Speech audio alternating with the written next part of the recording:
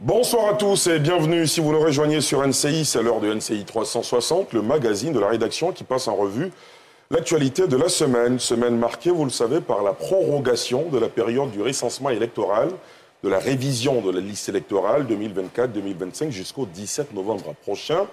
Ouverte le 19 octobre dernier, le bilan de l'opération est timide à ce jour, car sur un potentiel de 4 500 000 personnes attendues dans les centres de révision, on enregistre à la date du 9 novembre 2024, à la date d'hier donc, au total, 823 070 requérants, dont 511 157 nouvelles demandes d'inscription. Quelles peuvent être les raisons de cette faible affluence? Nous posons la question ce soir aux jeunes de Côte d'Ivoire qui, volontairement, ont répondu massivement à notre appel en vue de faire entendre et comprendre leur point de vue sur la politique nationale de façon générale et sur l'opération de révision de la liste électorale et le processus qui conduira à la présidentielle de façon spécifique. Ils sont près d'une centaine à avoir accepté de participer à cet exercice citoyen, des profils divers et variés que vous entendrez au cours de cette émission. Et pour la première partie avec moi en plateau, Gogwa Gibayi Soko Karine. Vous êtes président de l'association du mouvement des jeunes Ivoiriens nouveaux pour la promotion des valeurs citoyennes. Bonsoir et bienvenue. Bonsoir à vous. Comment vous allez? Je vais bien. Merci d'avoir effectué le déplacement depuis Korogo pour participer à cette émission. Oui. Merci d'être là.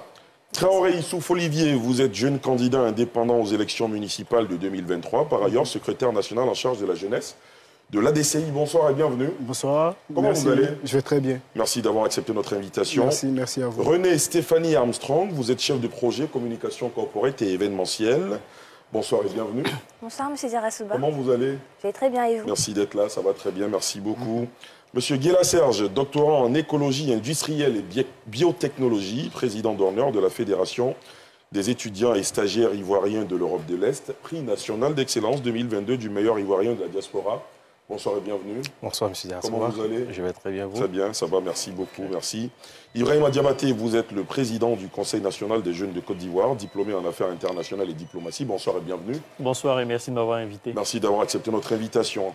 Enfin, Aaron Jacob Ekissi, vous êtes juriste diplômé de l'ENA et par ailleurs écrivain. Bonsoir et bienvenue. Bonsoir, M. Diaby. Merci de m'avoir invité. M. Diarra-Souba, autant pour moi. Non, il n'y a pas de problème, je vous l'accorde. Et merci de m'avoir invité sur ce plateau. Prie. Merci beaucoup. Merci à tous d'avoir accepté notre invitation.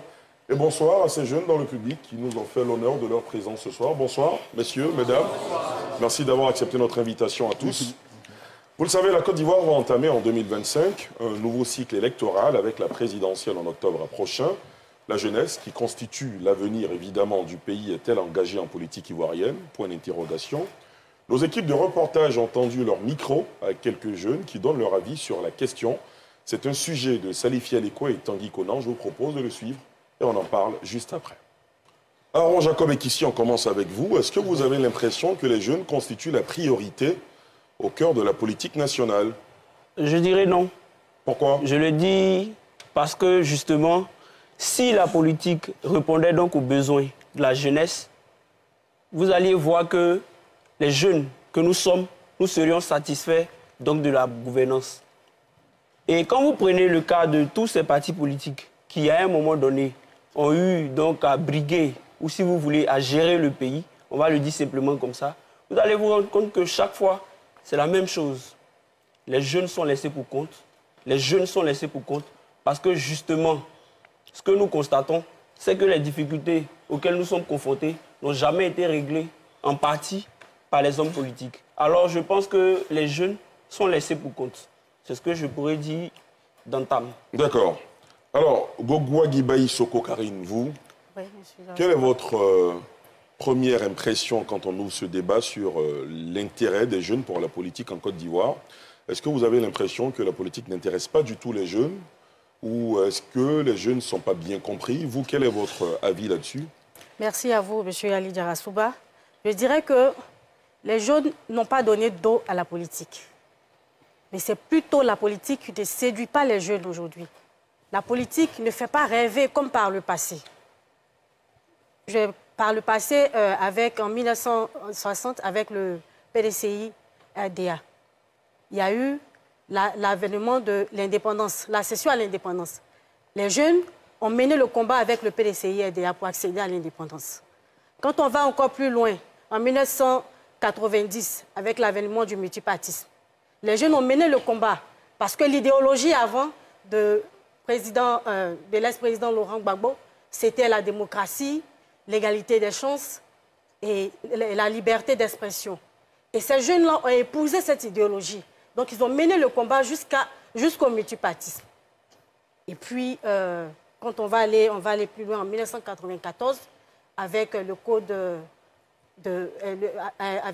avec le code de l'ivoirité, il y a eu un combat aussi politique qui a été mené avec le leader à l'époque, son Excellence le président Alassane Ouattara, d'alors qui était le leader du RDR. Et en ce moment, à cette époque-là, tous les jeunes aspiraient à gouverner ce pays un jour. Donc, il y a eu un combat afin de supprimer le code de l'ivoirité. Donc, vous verrez que depuis toutes ces années qui ont marqué la politique en Côte d'Ivoire, vous verrez que les jeunes étaient partie prenante. Mais aujourd'hui, les jeunes ne s'intéressent plus à la politique parce que nos leaders politiques n'ont même pas d'idéologie. Il n'y a pas d'idéologie.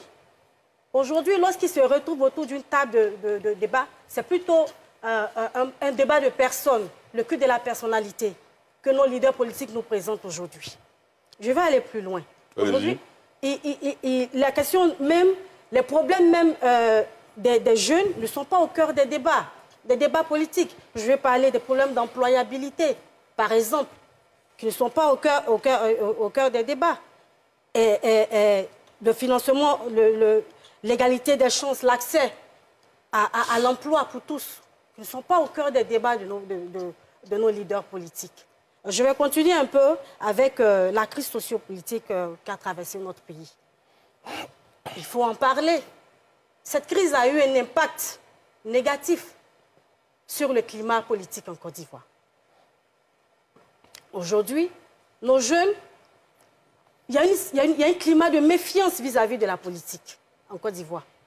Nos jeunes ont peur même de s'engager en politique. Tout simplement parce que nos leaders même politiques aujourd'hui, lorsqu'ils se retrouvent, ne serait-ce qu'à la table d'un débat politique, les échanges, ce sont des échanges de violence, on va dire des violences verbales. Très bien. Que nous recevons. Un peu, je vais m'arrêter ici.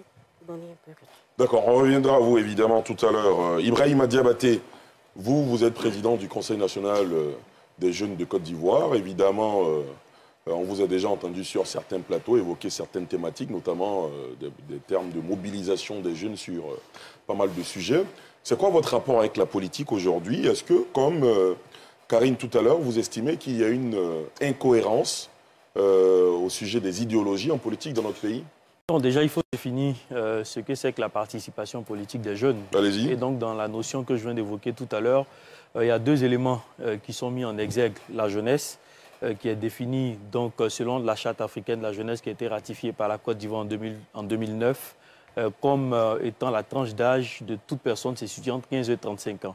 Et également, donc, à côté de cette définition-là, il y a la participation politique qu'on peut définir également comme tout engagement d'une personne qui veut en tout cas mettre son expérience au service de la communauté. Et partant donc de ce constat que je viens de faire, il est important, M. Diarra-Souba, qu'on retienne que la politique, donc la participation politique, peut s'entendre sur deux axes. L'axe donc de la participation à travers un engagement associatif, c'est-à-dire la société civile, mais également, d'autre part, la participation qui se matérialise par un engagement au sein d'une formation politique. Prenons le premier axe. Aujourd'hui, on peut en tout cas se satisfaire au niveau des organisations de jeunesse de Côte d'Ivoire.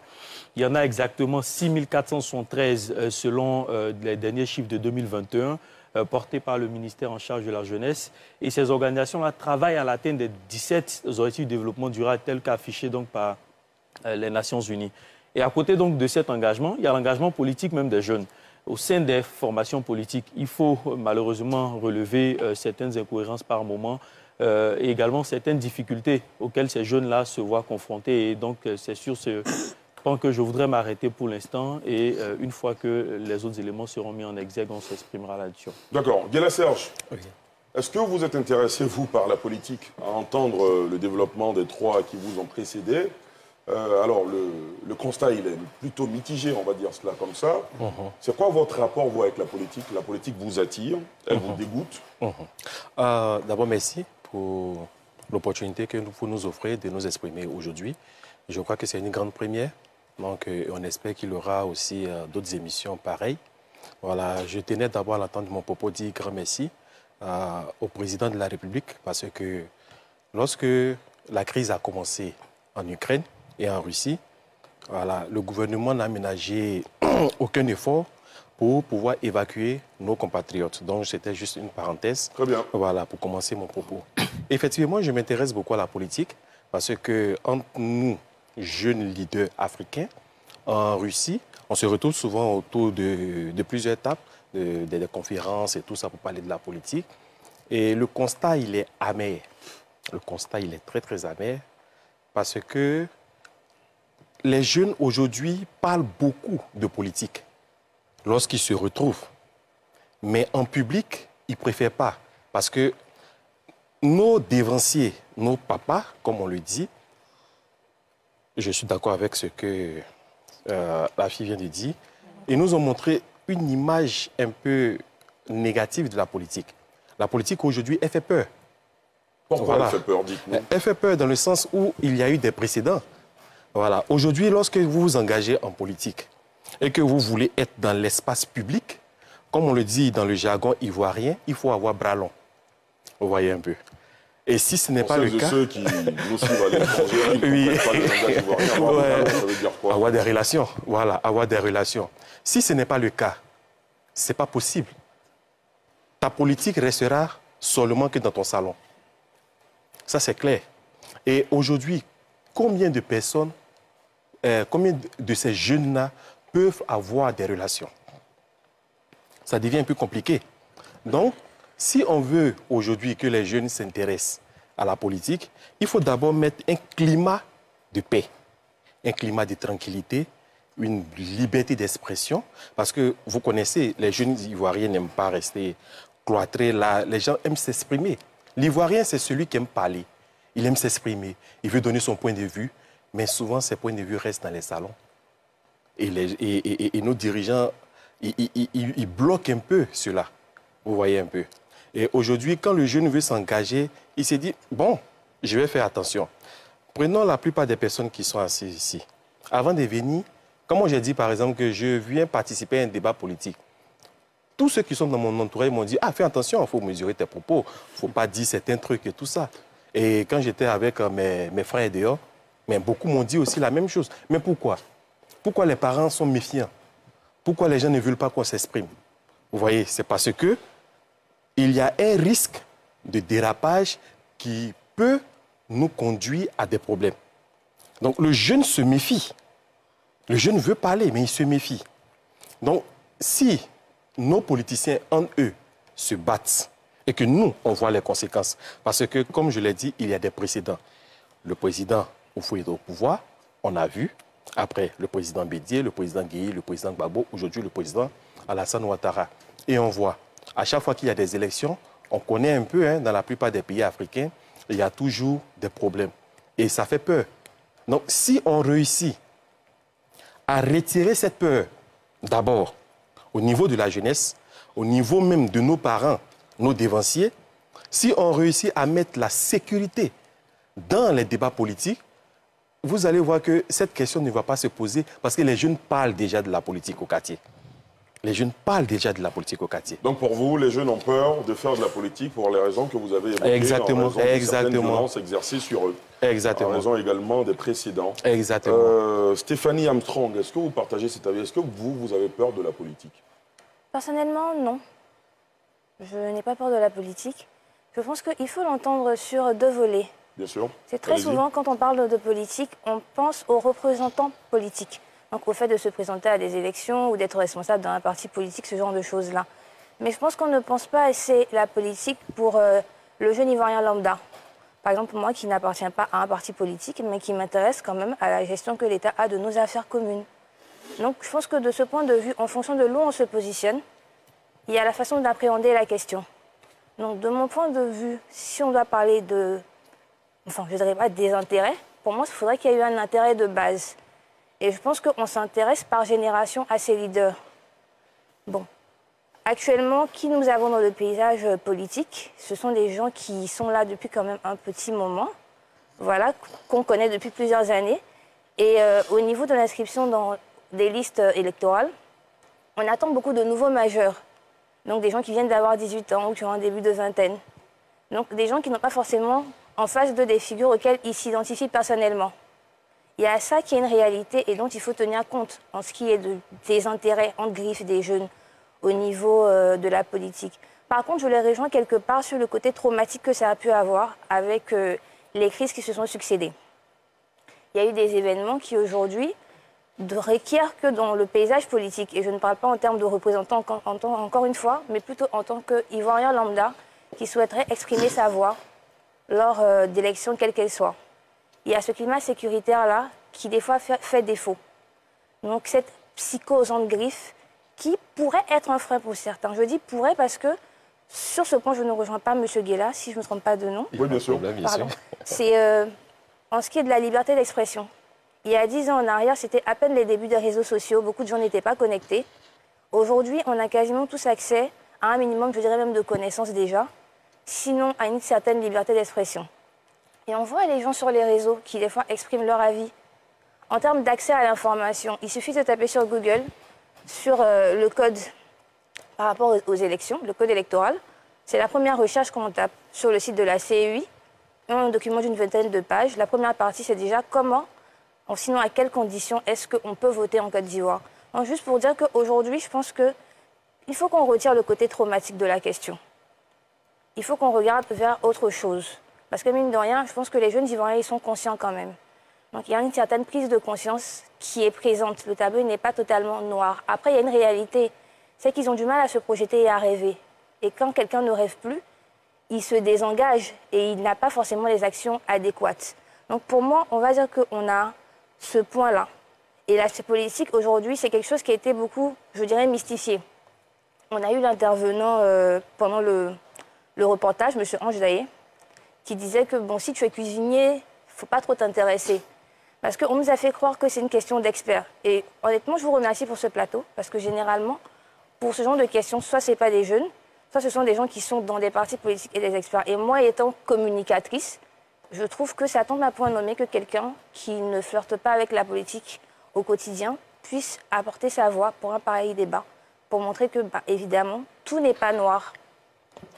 Et nous sommes très honorés de vous avoir ce soir. C'est pour ça que nous avons décidé d'ouvrir la parole et de permettre aux jeunes de s'exprimer ce soir. Et c'est tout le sens de notre plateau ce soir. Alors, vous avez évoqué pas mal d'éléments qui pourraient justifier le désintérêt que vous mettez en griffe des jeunes pour la politique. Monsieur Traoré Issouf Olivier, ouais. Vous êtes le plus jeune candidat indépendant aux élections municipales de 2023. À partir de quand vous avez décidé de franchir le cap jusqu'à vous investir pour devenir un candidat à une élection présidentielle? Quel a été le déclic?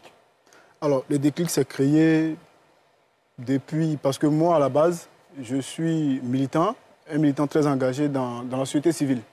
Au départ, je détestais la politique. Pourquoi? Dites-nous. Je détestais pour les mêmes raisons que beaucoup de jeunes qui nous regardent aujourd'hui détestent la politique, parce qu'il y a la psychose. La psychose existe bel et bien. Les gens ont peur de la scène politique. Et nous, nos aînés sont en train de nous faire hériter de cette psychose-là. Parce que c'est ce qu'ils ont fait, en fait, qui est factuel et qu'il faut accepter. Et donc, moi, j'ai détesté la politique simplement pour le fait qu'on me disait à chaque fois que la politique est violente. Que lorsque tu fais la politique, tu t'exposes à la mort, tu t'exposes à la prison. Et donc, partant sur tous ces stéréotypes-là, moi, je n'avais pas envie de m'engager en politique avant de réaliser que tout ce qui est public passait par la politique. Et donc, les efforts qu'on fournissait dans nos organisations, nos ONG de la société civile et autres, on voyait que ces efforts ne pouvaient trouver qu'aboutissement total qu'en faisant la politique. Et donc, nous, on l'a réalisé très tôt. Et moi, je viens d'Anyama, là où il y a plusieurs constats et on avait des solutions à proposer à certains problèmes dans cette commune-là. Et on s'est dit, il faut tenter sa chance, il faut donc aller en politique. Et d'autant plus que nous, on aspirait, on invitait la jeunesse de la Côte d'Ivoire à s'engager politiquement. Et donc, fallait faire l'exemple, fallait être l'exemple. On a été candidat et donc l'expérience a été très belle. A été très belle. On pense qu'on ne va pas renoncer et qu'on va continuer. Pour rebondir sur la question de l'engagement politique de la jeunesse, on a parlé de la psychose, c'est une réalité. Mais M. Diarra-Souba, il faut noter aussi que la jeunesse se sent trahie par les partis politiques. Quand on prend les différents partis politiques, on sait qu'aucun parti ne peut exister aujourd'hui sans sa jeunesse. Ils ont créé des structures dites de jeunesse politique. Et donc, ces structures-là ont cantonné les jeunes avec leurs talents, avec leurs idées, et les ont emprisonnés dans ces différentes structures-là. Au point où les jeunes ne peuvent pas avoir une emprise sur les décisions stratégiques, sur des orientations stratégiques des partis politiques. Donc, ça décourage en fait.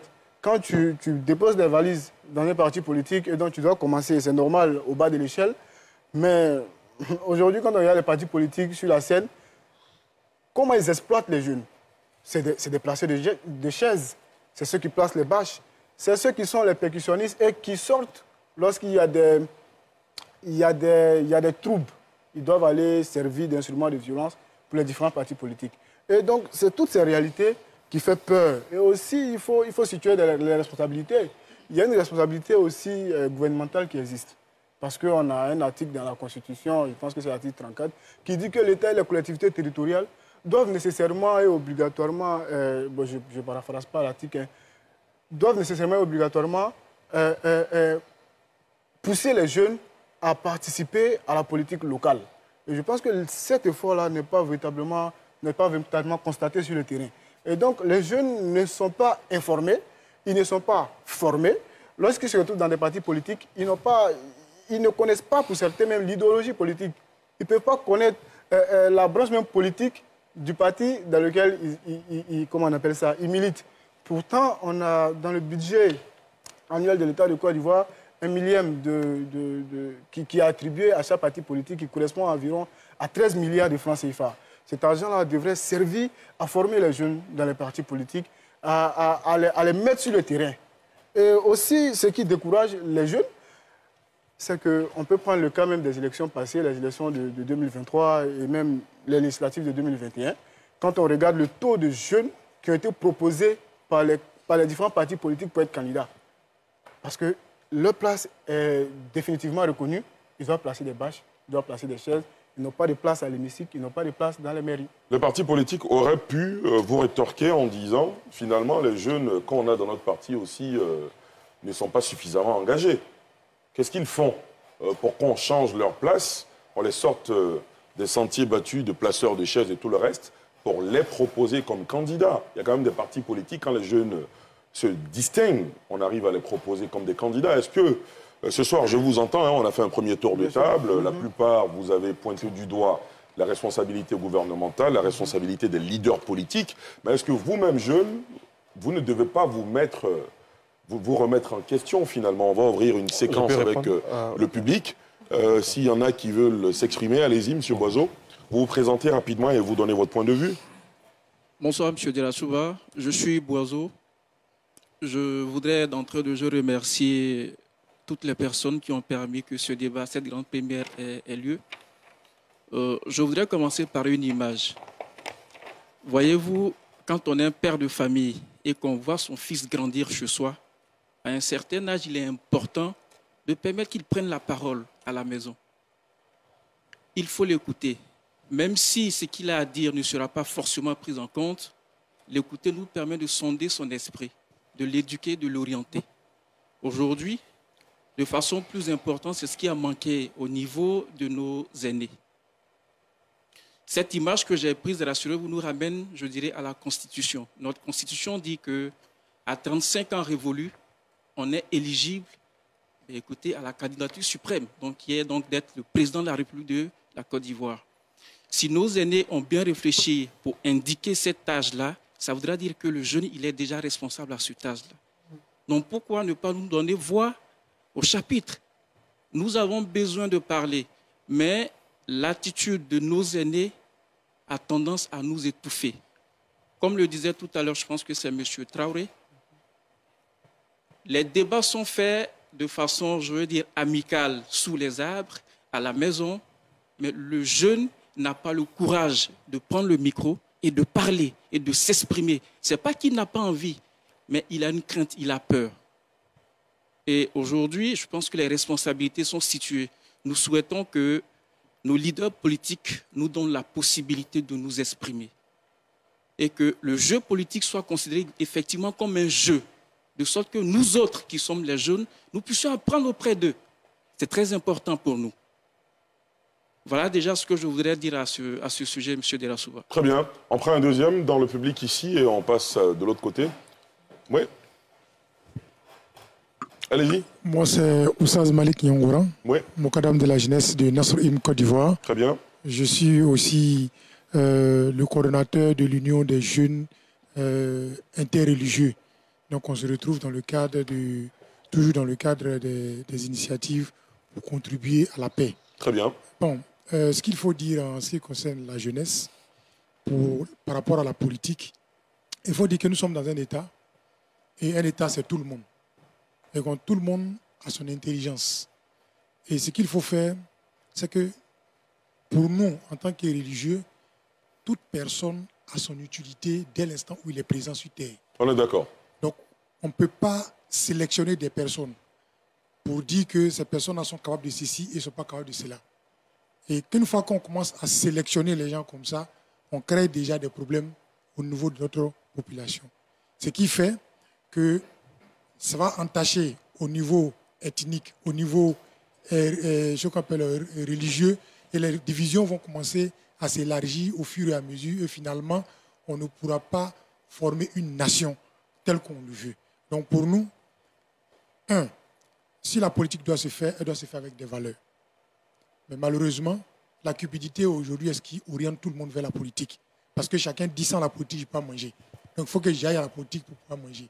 Donc si c'est ce qui guide les gens à la politique, c'est sûr que chaque fois qu'ils auront des postes de responsabilité, chacun cherchera uniquement que les personnes qui peuvent crier son bon nom pour que ces personnes puissent être avec lui. Auquel cas, il va trouver les autres comme des ennemis et il va chercher à se débarrasser d'eux. Très bien. Donc pour nous, il faut qu'on fasse la politique avec nos valeurs. Nos valeurs, nous sommes dans un pays laïque. Et si le pays est laïque, ça veut dire que les valeurs religieuses, culturelles, doivent être prises en compte dans la gestion de l'État. Et pour nous, la notion de l'ivoirien nouveau que le président de la République a énoncée doit pouvoir être prise en compte par eux-mêmes. Parce qu'il ne suffit pas seulement de lancer des mots, mais au-delà des mots, il va falloir qu'on y travaille avec des concepts véritables et mettre à contribution aussi, nous religieux, à l'effort de l'État pour que ça puisse permettre d'avoir une jeunesse plus équilibrée. D'accord, très bien. Juste à côté. Bonsoir, M. Delassouba. Moi, c'est Samassi Ahmed, titulaire d'un master en sciences politiques. Tout à l'heure, M. Traoré a parlé de trahison. Effectivement, les jeunes se sentent trahis. Par qui? Oui, ils se sentent trahis. Lorsqu'ils voient qu'on a d'un côté le politique qui fait des propositions quand il n'est pas aux affaires, et le politique qui, lorsqu'il est aux affaires, fait le contraire de ce qu'il a proposé. Moi, ici, on voit des alliances opportunistes au but politico-électoral, pour ne pas dire politico-électoraliste. On voit des partis de gauche qui se fondent dans des partis de droite. Ensuite, on voit aussi des chicayas politiques. Lorsqu'on voit aujourd'hui, au sein même du PDCI, on présume que Tidiam Thiam sera le candidat naturel du PDCI. Mais lorsqu'on voit que dans ce même PDCI, M. Jean-Louis Bion décide de présenter sa candidature à la prochaine élection présidentielle, nous, en tant que jeunes, on se dit, mais attends, où va-t-on? Que fait-on? Pour qui vote-t-on? Donc, je pense que les chicayas politiques, les alliances... Sur la scène politique, il y a beaucoup d'incohérences de la part des acteurs. Voilà, effectivement, assez d'incohérences au niveau des acteurs politiques. Très bien. Alors, on va passer de ce côté. Ouais, qui a le micro? Allez-y, rapidement. Merci, M. Delassouba. Je suis doyen Donald Aristide. Voilà, il vient du Guémont. Aujourd'hui, c'est très simple. Voilà, nous, ici, nous sommes des leaders de jeunesse. Je pense que ceux qui devaient répondre à cette question, c'est ceux qui ne s'intéressent pas réellement à la politique. Je prends l'exemple de mon frère qui est à Guitafla, qui ne maîtrise rien de la politique. Quand je vais lui parler de la politique, il faut aller t'inscrire sur la liste électorale, tout. Il dit, mais quelle liste électorale? Quelle liste électorale? Actuellement, votre politique même où quand on s'inscrit ou on ne s'inscrit pas, on sait qu'il y a déjà gagné là. Moi, je ne peux pas me mettre dedans. Donc, il y a tellement de soucis qu'ils développent. Et puis aujourd'hui, le problème aussi de l'emploi au niveau de la jeunesse. Un jeune qui n'a pas d'emploi, qui n'arrive même pas à s'en sortir aujourd'hui dans la vie, il se dit, bon, je vais chercher un emploi d'abord avant de m'intéresser à quoi que ce soit. Je vais laisser la politique à côté, tout ça, tout. Disons-nous la vérité. Je pense qu'il faut approfondir cette réflexion véritablement pour que les jeunes puissent s'intéresser à la politique. Les jeunes s'intéressent à la politique, ne vous inquiétez pas. On n'est pas inquiet du tout. On fait le débat. Quand on voit déjà les débats sur les réseaux sociaux, quand on voit les débats dans les quartiers, les débats entre nous, je pense qu'ils ont déjà signifié plusieurs raisons. La raison de l'expression. Aujourd'hui, quand tu penses que tu dois t'exprimer, et pour le peu que tu diras, tu as fauté juste un peu, tu vas te retrouver à la maca. Tu te dis, mais attends, si je dois venir faire la politique, aider mon peuple, aider mon pays, et puis au final, je vais me retrouver à la maca, bon, quel est l'intérêt de cela? Donc, il faut que les politiques aujourd'hui nous donnent l'envie réellement de faire la politique. L'envie de faire la politique. Parce que nous autres, aujourd'hui, moi, je développe une thématique. Je dis, la jeunesse ivoirienne aime s'amuser. Je vais organiser un festival politique où chacun viendra s'exprimer, s'amuser et en même temps discuter de la politique, discuter aussi des différentes propositions des partis politiques au fur et à mesure. Donc vraiment, c'est des thématiques qu'on doit développer au fur et à mesure pour que la jeunesse vraiment puisse s'intéresser à la politique ivoirienne. Très bien. Juste à côté. Allez-y, allez-y.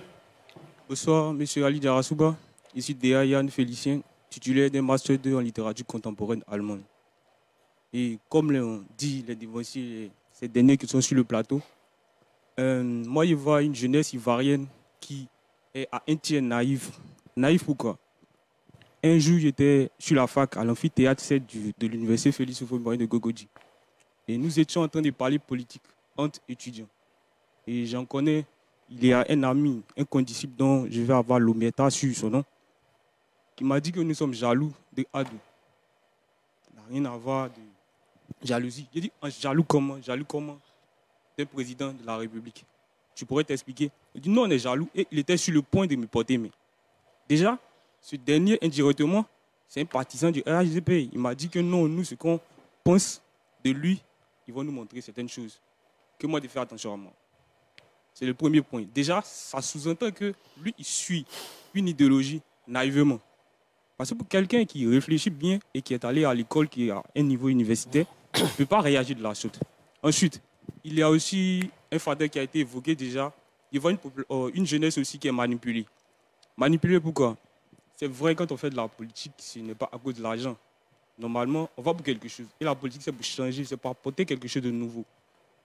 Mais, on donne de l'argent, comme l'a dit le plus jeune candidat, Traoré l'a dit, il y a de l'argent qui sont déboursés pour les partis politiques en Côte d'Ivoire. Mais ces jeunes-là, qu'est-ce que vous leur donnez pour pouvoir subvenir à leurs besoins? Vous les avez promis des choses, mais qu'est-ce que vous avez fait?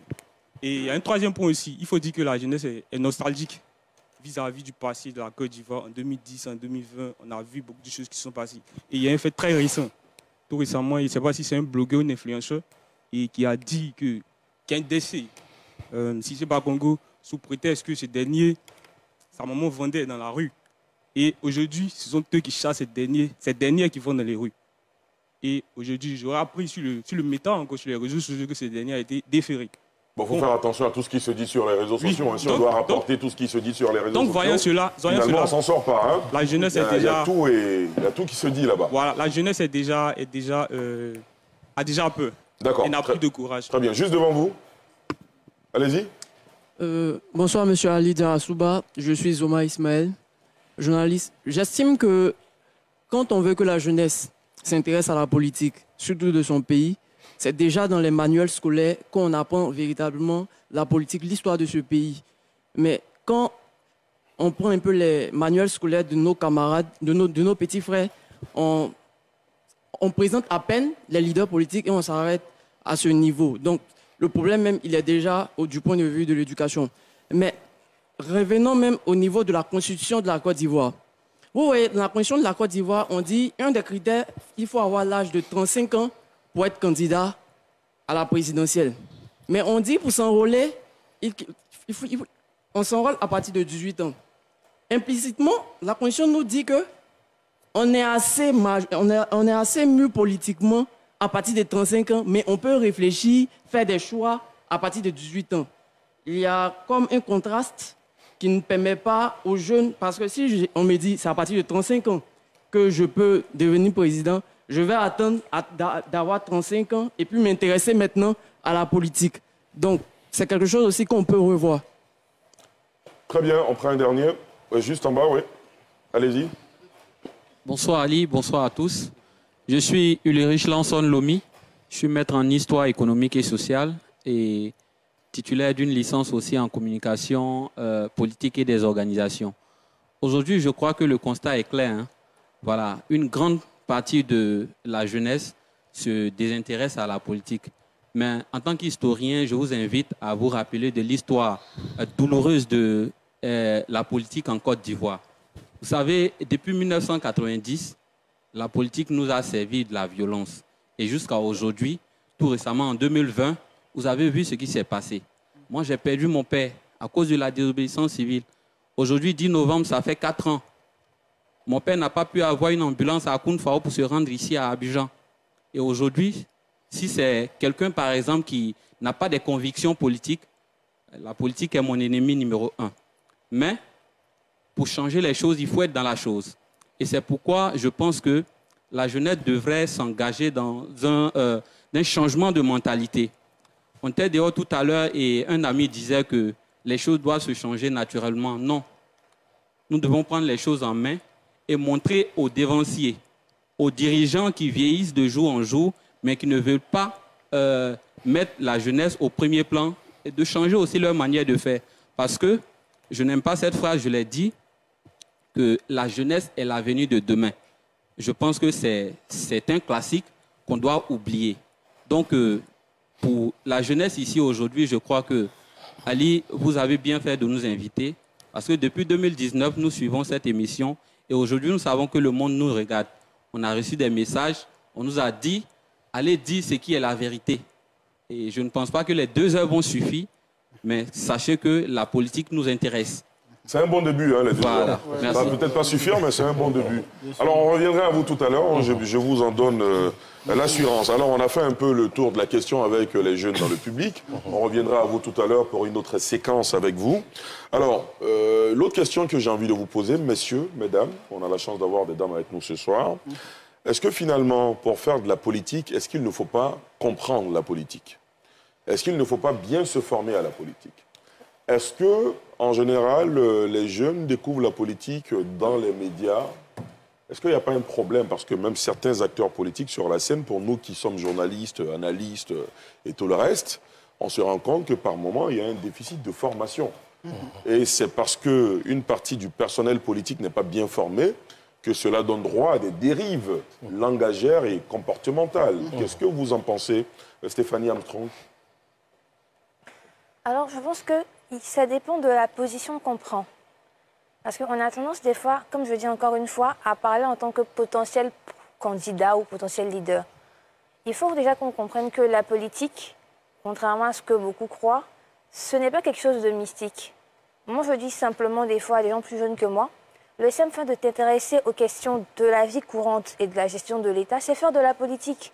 On n'a pas besoin d'avoir un certain diplôme en sciences politiques ou un certain poste dans une organisation politique. En tant que citoyen, de par notre existence de citoyen et de personnes qui s'interrogent, qui apprécient ou qui n'apprécient pas certains points de vue, certaines actions de nos gouvernants ou de représentants politiques, c'est faire de la politique. Alors, de mon point de vue, vous avez évoqué également les médias. Bien sûr. Je pense qu'il y a ce problème surtout de vulgarisation et d'éducation, je dirais, basique. C'est-à-dire sans rentrer dans des choses compliquées, faire comprendre au plus grand nombre. Parce qu'il faut qu'on reste dans un contexte également. Bien on sûr. est en Côte d'Ivoire, dans un pays africain. On a les stats que nous avons au niveau de l'alphabétisation, de l'accès à l'éducation. On a nos réalités. Donc je pense qu'il faut rendre accessible des concepts de base, faire la politique ou sinon s'y intéresser, ce n'est pas avoir un master en politique ou être d'un certain niveau. Même mon cousin au village qui est agriculteur, ils peuvent faire de la politique. Quand je dis faire de la politique, ce n'est pas en tant que représentant. Mais par exemple, s'intéresser à un programme. Très souvent, ce qui pose problème et qui fait pécher en griffe, c'est que c'est des intérêts personnels liés à des personnes. Et le point, c'est qu'en tant que jeune, de mon point de vue, ce n'est pas forcément de se figer sur qui, en termes de personne, est en avant. Mais qu'est-ce que la personne apporte? Et là où, des fois, il y a des clivages et des discussions, c'est que plutôt que de se figer sur ce qui doit nous intéresser politiquement, donc les conditions de vie, la liberté d'expression, ce genre de choses en tant que jeune, c'est plutôt des problèmes de personnes. Et je pense que c'est en ça qu'on a un problème en termes de compréhension de la politique. C'est déjà de comprendre notre rôle dans la politique, donc d'avoir un avis, d'observer la gouvernance et surtout de pouvoir exprimer son choix. Et ça passe par quoi? Par les urnes, donc par des élections. Faire comprendre que, même s'il ne semble pas, la voix de tous et chacun peut et compte. Et c'est notre désintérêt en griffe. Parce que je mets vraiment le mot en griffe, désintérêt. C'est notre désintérêt entre griffes qui, des fois, mène au fait que nous imaginons des fois des cabales, des choses qui, de mon point de vue... Des légendes. Voilà, pour ça, ce sont des mythes et des légendes parfois, parce qu'on a entendu, et comme a dit M. Traoré, on a hérité quelque part de ce que d'autres ont vécu. On a parlé des élections de 2010 dans le public et autour de cette table-là. C'était il y a 14 ans. Pour ma part, je n'avais pas 20 ans, j'étais encore au lycée. Et beaucoup d'entre nous ont grandi à travers le prisme de ce que nos parents et nos devanciers ont vécu à ce moment-là, en fonction de leur obédience politique et de leur position. Et ça, c'est un problème également pour notre génération, en termes de jeunes. C'est qu'on a ce petit point-là. Très bien. Alors moi, je reviens encore une fois à la formation, peut-être même à la perception. Vous dites, on manipule la jeunesse. Mais une jeunesse qui est formée, est-ce qu'on peut la manipuler? Je peux prendre la parole? Aaron est ici. Alors, d'accord. Monsieur Diarra-Souba, je voudrais revenir sur la question de la formation. Oui. Déjà, l'histoire forme. Je voudrais qu'on prenne la sociologie politique de la Côte d'Ivoire. Pendant 30 ans, de 1960 à 1990, nous avons eu un seul candidat, avec un seul parti. Et le président Félix Houphouët-Boigny. À la rigueur, il a été plébiscité. Il n'y a qu'en 1990, avec l'arrivée du multipartisme, que nous nous sommes rendus compte qu'effectivement, il y avait eu le jeu électoral, notamment donc, les élections qui ont opposé le président Félix Houphouët-Boigny et le président Laurent Gbagbo. En 2000, les élections sont organisées. Le président Laurent Gbagbo, ainsi que le chef d'État, donc le président Guy Robert, sont opposés. Nous avons vu ce que ça a donné. L'histoire a formé. Je reviens en 2010. En 2010, nous avons eu une élection électorale, une élection autant pour moi, une élection présidentielle. Et à la fin de cette élection, nous avons eu une crise post-électorale. En 2015, plusieurs partis se sont abstenus. En 2020, là où tout le monde pensait que ça devrait aller, nous faisons une élection présidentielle encore. Et nous avons vu une tête qui a servi de balle de football. Mais quand un jeune voit ça, il n'est pas encouragé. Donc l'histoire a formé, mais l'histoire a mal formé. L'histoire politique a mal formé et nos dirigeants, c'est-à-dire ceux qui font la politique, depuis 1990, par moments, nous ont mal formés. Je voudrais revenir sur le langage politique. Quand en 2015, le professeur Guy Kawe, cadre du PDCI, dit au ministre Kakabe qu'il n'a pas encore fait ses classes, qu'il n'a pas encore fait ses preuves, donc il ne doit pas prétendre donc, se présenter contre le président Henri Konan Bédié. Quand le ministre, le gouverneur Cissé Bakongo, tient des propos et que le docteur Katina répond, vous voyez, c'est autant de bruit et de mauvais bruit auxquels nous assistons, de mauvaises scènes auxquelles nous assistons. Nous sommes obligés de nous former en sciences politiques. Nous sommes obligés de nous former dans nos salons. Parce que les hommes politiques que nous avons en face de nous, eux-mêmes, ont des difficultés à trouver le repère. Quand vous regardez aujourd'hui le débat politique, vous allez vous rendre compte que c'est toujours des problèmes de personnes. C'est toujours des problèmes de personnes. Il est difficile aujourd'hui de parler d'idéologie ou d'entendre parler d'idéologie. à peine certains qui sont membres des partis politiques. Je ne vous interromps pas. Vous dites que c'est difficile aujourd'hui d'entendre parler d'idéologie. La faute à qui? Aux partis politiques. Oui, mais aussi aux jeunes. C'est quoi la responsabilité des jeunes si on ne peut pas parler d'idéologie? Parce que les jeunes n'imposent pas ces débats. Si les jeunes prennent leurs responsabilités, s'engagent en politique, et quand on ne parle pas d'idéologie, ils ne sont pas intéressés, ils quittent les lieux, finalement, on va obliger les partis politiques, les leaders, à tenir le langage que les jeunes veulent entendre. Mais M. Diarra-Souba, tout part de la place qu'on vous donne. Quand vous prenez l'exemple de cette génération... Tout peut partir aussi de la place que vous souhaitez occuper. Oui, je n'en disconviens pas. Mais quand vous prenez, oui, cette génération, qui est dite nouvelle génération, mais pour moi, c'est une génération intermédiaire. Quand vous regardez le président Thiam, c'est une nouvelle génération. Pour moi, c'est une génération intermédiaire. Mais à quel moment, moi, issu de cette nouvelle génération-là, au sein du FPI, au sein du PDCI, au sein du RHDP, à quel moment je décide de me présenter? Je fais comme M. Billon et je me fais, à la rigueur, sanctionner. Je fais comme Yasmine Onier et à la rigueur, je me fais sanctionner. Je fais comme le ministre Kakabé et à la rigueur, je me fais sanctionner. C'est autant de choses qui prouvent qu'effectivement, il y a une réelle difficulté que les jeunes ont à pouvoir trouver l'ascenseur pour monter vers le haut. Très bien. Alors, Karine, alors on va revenir à Karine tout à l'heure. Ibrahim Adjabaté, réaction, allez-y. Je voudrais réagir à l'élément que vous avez présenté tout à l'heure, relatif à la formation des jeunes. Bien sûr. Voyez-vous, au lendemain de la Seconde Guerre mondiale, les Allemands ont posé un diagnostic. Et ils se sont dit, comment on en est arrivé à produire le chaos aujourd'hui en Europe? Comment un seul individu, à travers ses discours, à travers ses incitations, à travers ses mobilisations, a réussi à conduire tout un peuple vers la ruine. Et ils sont donc arrivés à la conclusion selon laquelle l'éducation était la base et que le peuple allemand en son temps manquait donc de culture politique. Je pense que c'est important. Et cela passe notamment donc par la formation. Aujourd'hui, on voit l'émergence des instituts de formation politique, l'Institut de formation politique Amadougon Koulibaly. Je pense que ce sont des exemples qui sont très éloquents et qui peuvent servir à la communauté.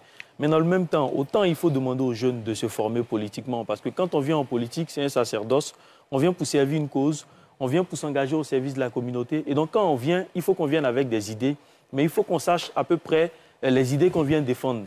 Est-ce qu'on est centriste, on est de gauche ou on est de droite? Si oui, sinon, il faut qu'on soit mieux orienté. Mais parallèlement à ça, il faudrait faire un plaidoyer également en interne au sein des formations politiques pour que les tests en vigueur soient respectés. Tout à l'heure, quand j'ai eu le droit à la parole, je précisais que les jeunes faisaient entre 15 et 35 ans parce que la Côte d'Ivoire, depuis 2009, a ratifié donc la Charte africaine de la jeunesse. Mais quand vous regardez même les jeunesses de partis politiques, aujourd'hui, il y a 4 partis politiques qui essaient de se démarquer un peu sur la scène en Côte d'Ivoire. Le PDCI, le RHGP, le FPI et le PPACI. Quand on prend les jeunesses de ces partis politiques-là, M. Ali Diarra-Souba, il y a 2 partis politiques qui essaient donc de se tirer un peu la tête de l'eau. Le RHGP, qui a son président depuis décembre 2029, qui a moins de 35 ans. Décembre 2023. Décembre 2023, donc qui a moins de 35 ans. Et le FPI, depuis avant-hier, qui a un président qui a moins de 35 ans. Tous les autres, ils ont plus de 40 ans.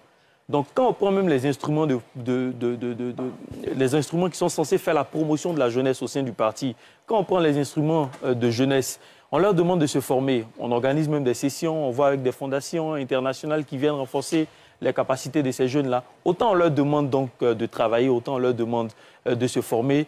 Il faut également que les partis politiques en interne donc, fassent un peu plus d'efforts. Parce qu'au regard de tout ce tableau qui a été peint sur ce plateau, le climat politique qui a été instable depuis ces dernières années, la perte de confiance des jeunes dans certaines institutions. Il faut que ceux qui s'engagent véritablement sentent également qu'il y a des éléments qui bougent et que les tests en vigueur sont respectés. Sinon, je ne pense pas qu'on tirera notre épingle du jeu. Traoré, Issouf Olivier, est-ce que les jeunes ont conscience de leur pouvoir, finalement, dans un système démocratique?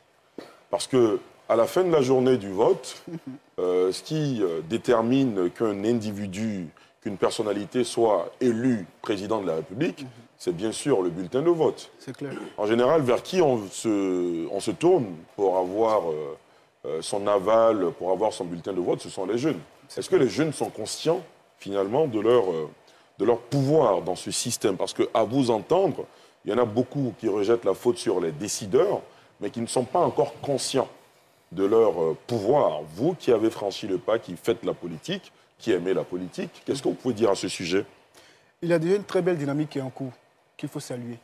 Il y a beaucoup de jeunes aujourd'hui à travers toute la Côte d'Ivoire qui sont engagés politiquement et qui prennent conscience au fur et à mesure de leur rôle, de leur importance, de l'impact qu'ils peuvent avoir sur la politique.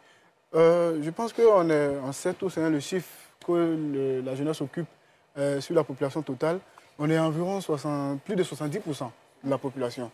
Je pense que c'est quelque chose de très important. L'un des principes fondamentaux de la démocratie est que ce soit la majorité qui l'emporte. Et donc ça veut dire que si les jeunes de la Côte d'Ivoire ont décidé de choisir un candidat et d'aller tous se mettre sur la liste électorale, c'est ce candidat qui sortira vainqueur. Mais malheureusement, les jeunes ont été mis un peu de côté. C'est vrai, on a situé les responsabilités, c'est aussi une réalité. Mais je pense que les gens sont en train de revenir à de meilleurs sentiments progressivement. Pour la question de la formation, j'avais envie de revenir dessus. Bien sûr, allez-y. C'est l'une des raisons pour lesquelles j'ai posé mes valises à ADCI. J'étais à politique.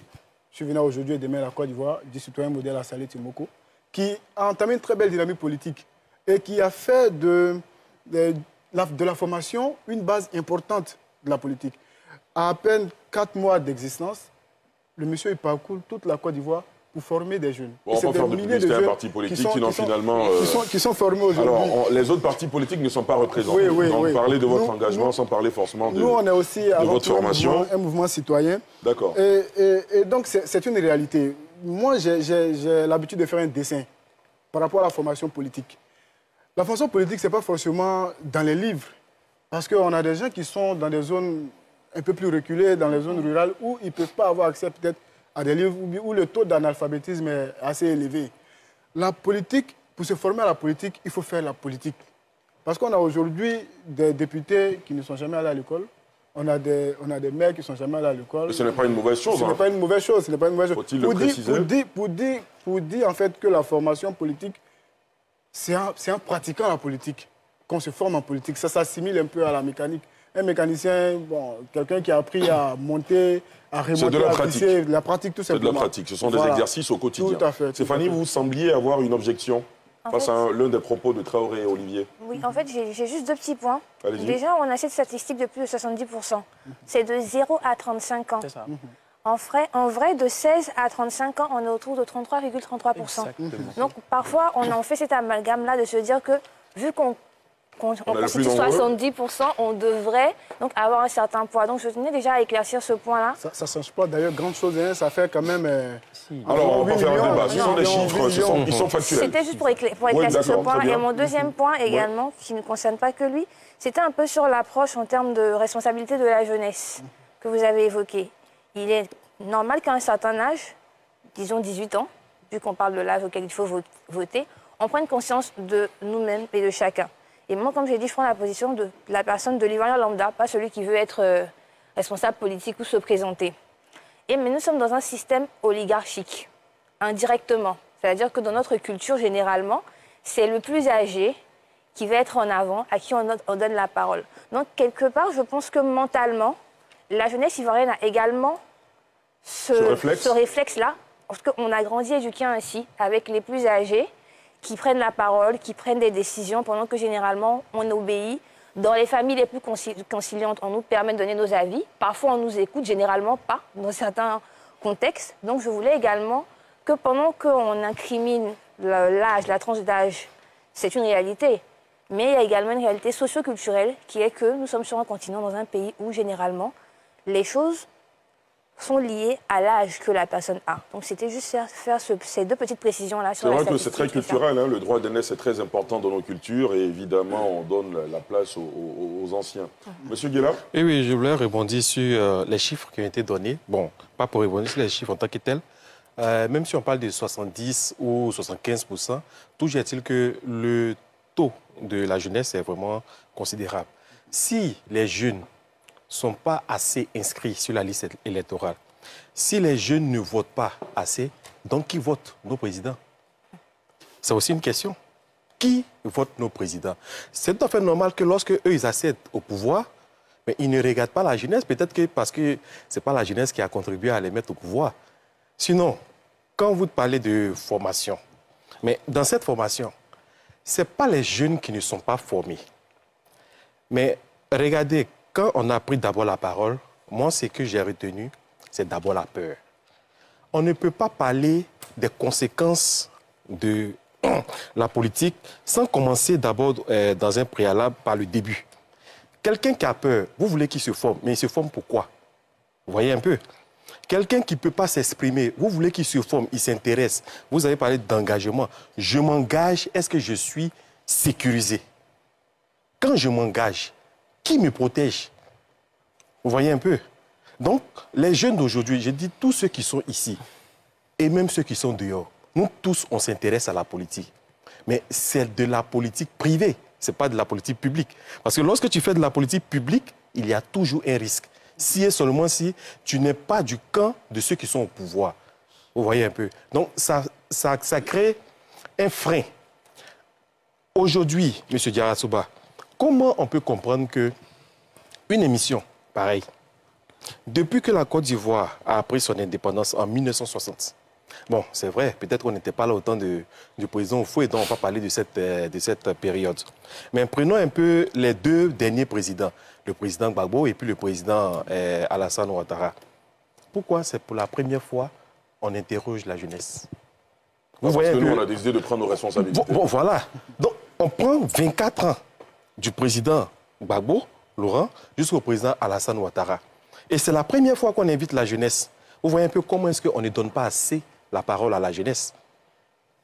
Vous-même, moi je suis vos débats, hein. On voit toujours les politiciens défiler. Mais c'est la première fois qu'on invite la jeunesse. Donc là, il y a déjà même la réponse à toutes vos questions. Les jeunes ne sont pas, on ne les considère pas. Ma collègue qui est assise à côté de moi ici a parlé de... Il y a beaucoup plus de liberté d'expression quand on regarde les réseaux sociaux. Mais si on analyse de près, ceux qui parlent beaucoup sur les réseaux sociaux ne sont pas en Côte d'Ivoire. On est d'accord? Ceux qui sont en Côte d'Ivoire ne s'expriment pas. Parce que dès qu'ils s'expriment, ils ont peur d'avoir des problèmes. On ne va pas rentrer dans les détails, mais on sait tous. Voilà. Donc, chers collègues, il faut vraiment actualiser cette notion de liberté d'expression aussi. Et aujourd'hui, comme je l'ai dit, on essaie tous, même ceux qui sont aguerris, que vous invitez sur vos plateaux télé, modèrent leurs propos. Ils ne peuvent pas franchir certaines lignes. Bon, ça, c'est un jugement de valeur. Hein. C'est votre point de vue, je le respecte. Bon, c'est mon point de vue, oui. Sinon, il y en a ici, sur ces plateaux, qui sont tranchants. Oui, mais parce qu'ils savent sur quoi ils comptent. Enfin, c'est une lecture. Ils savent sur quoi ils comptent. Ça fait partie aussi de la perception dont je parlais. Okay. Si tout le monde se dit, finalement, si tous les jeunes se disent, alors si je prends la parole, que je donne mon point de vue, je serai ostracisé. Finalement, on se cache derrière la peur et on ne prend aucun engagement. On demande à nos politiciens de sécuriser l'environnement politique. Et vous allez voir, tout ce que vous posez comme question... Mais sécuriser l'environnement politique ne peut se faire sans les jeunes, sans l'engagement des jeunes. C'est ce que j'essaie de dire. Okay. Alors, je reviendrai à vous tout à l'heure, Madame Corinne. J'aime bien cette maxime qui dit que les grands esprits évoquent les idées, les esprits moyens, les événements, et les petits esprits parlent des hommes. Quelqu'un a dit tout à l'heure, en Côte d'Ivoire, la politique est affaire d'hommes. On se diabolise, on s'insulte, on manipule les jeunes en vue de les opposer les uns contre les autres. Si les jeunes se laissent manipuler finalement, parce que ne sachant pas qu'ils ont le pouvoir de changer les choses avec leur vote, finalement, ça fait le jeu de certains hommes politiques. Ça, c'est vrai. On est d'accord. Oui, oui. C'est pour cela qu'il faut expliquer aux jeunes que leur perception de la politique peut changer et faire bouger les lignes. Corinne, vous n'avez pas réagi depuis. C'est quoi votre point de vue sur la notion notamment de formation des jeunes? Pour moi, les jeunes ont besoin de formation en politique. Surtout dans la façon de s'exprimer, surtout dans la façon de s'exprimer et de faire le jeu politique. Les jeunes ont besoin de formation. Je peux aller encore plus loin. Bien sûr, allez-y. Je peux aller un peu plus loin. Parler de formation au civisme, par exemple. au respect des valeurs et des symboles de l'État. Les jeunes ont besoin de cette formation-là.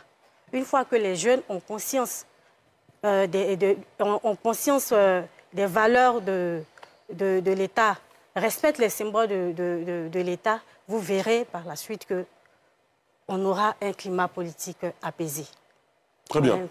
Une question pour l'ensemble des jeunes ici dans ce studio. L'opération de révision de la liste électorale a démarré le 19 octobre dernier. Depuis cette fin de semaine, l'opération a été prorogée pour une semaine, donc finira le week-end prochain.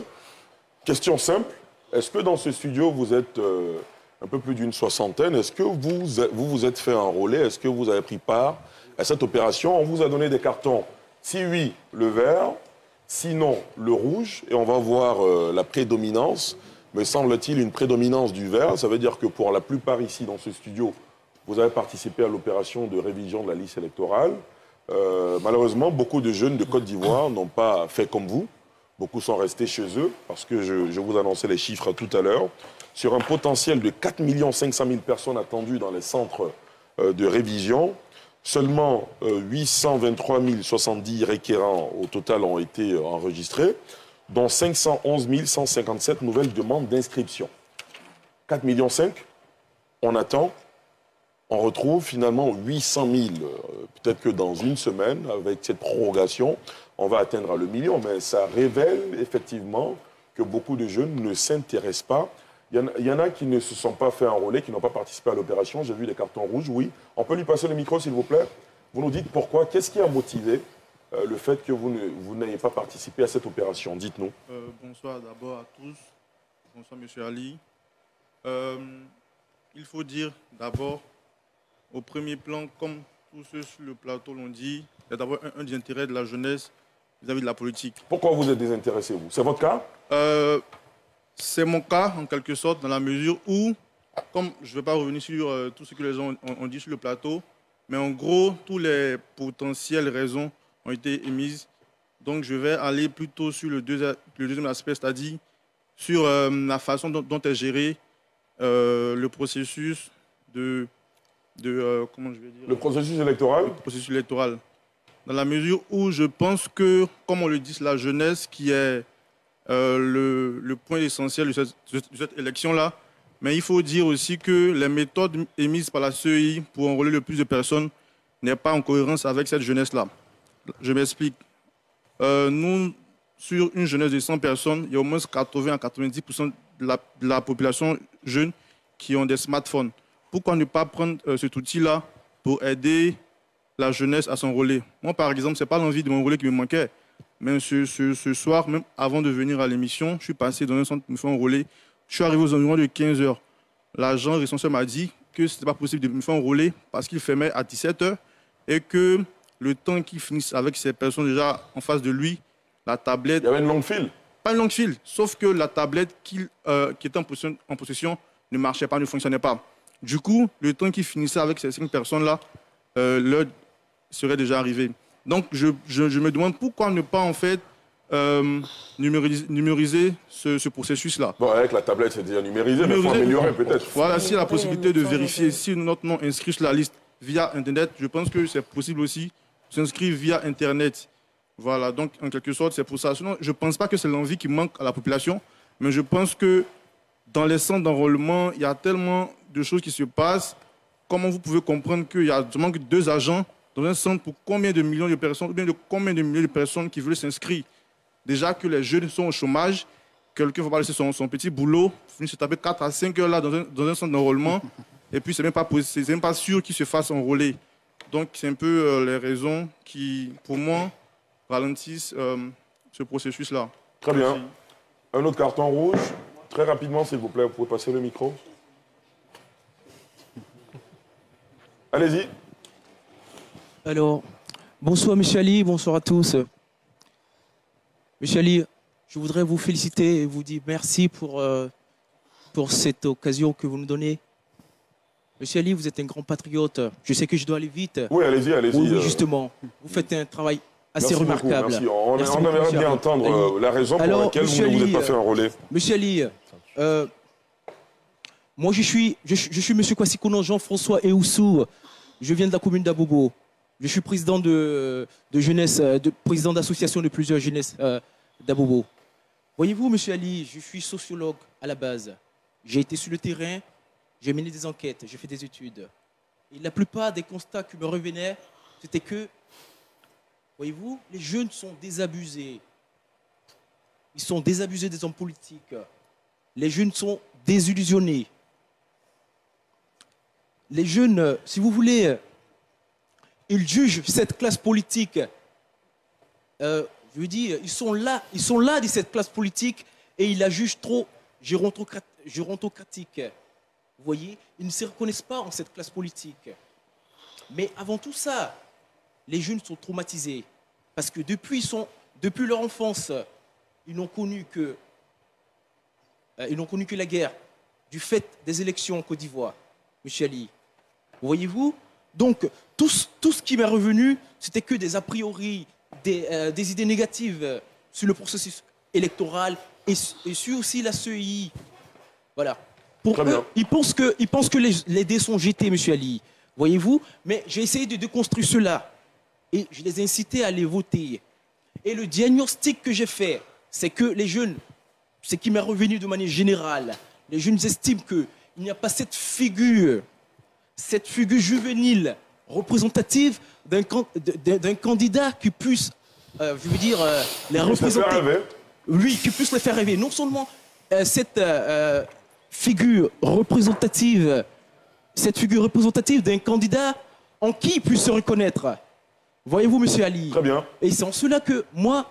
Terminé, en 30 secondes. Je vais terminer. J'ai pris l'engagement solennel. De dire à ces jeunes que je me porte candidat aux élections présidentielles de 2025. Ah. Oui, bien sûr, c'est vrai que je n'ai pas... M. Ali Dirasouba, je n'ai pas encore 35 ans. J'ai tant temps révolu. Mais je suis candidat des jeunes, candidat de cette frange de primo-votants, candidat de cette frange de nouveaux majeurs. D'accord. Et monsieur Ali Dirasouba, je sais que le président de la République, rien n'est accessible au président de la République, le chef de l'État, le président Alassane Ouattara, à qui je voudrais dire merci. On aura l'occasion. Parce que c'est lui qui nous a permis d'être ici. Je sais compter sur votre discipline. On aura l'occasion de poursuivre cet entretien. Merci beaucoup, monsieur Ali Dirasouba. Merci beaucoup. Vous avez bien compris. En tout cas, bon courage. Merci. Veuillez tout simplement vous abonner et activer la cloche de notification pour ne rien rater. Retrouvez KDV sur YouTube, Facebook, TikTok.